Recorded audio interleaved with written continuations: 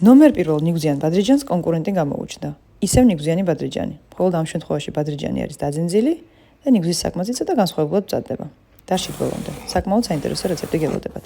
ბადრიჯანი გათალეთ და დაჭერით ფირფიტებად. დაამარილეთ და დააყენეთ 1 საათით, რომ წარეწვენი გაუშვას.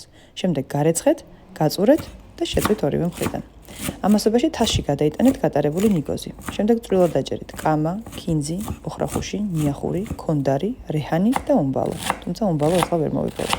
ასევე წვრილად დაჭერით ხახვი და ყველაფერიას გადაიტანეთ თასში ნიგოზთან ერთად. დაუმატეთ გაჭყლეტილი ნიორი და შემდეგ სუნელები. უცხო სუნელი, ყვითელი ყვავილი, მარილი და ცხარე წითელი წიწაკა. ასევე დაუმატეთ ძმარი და წყალი.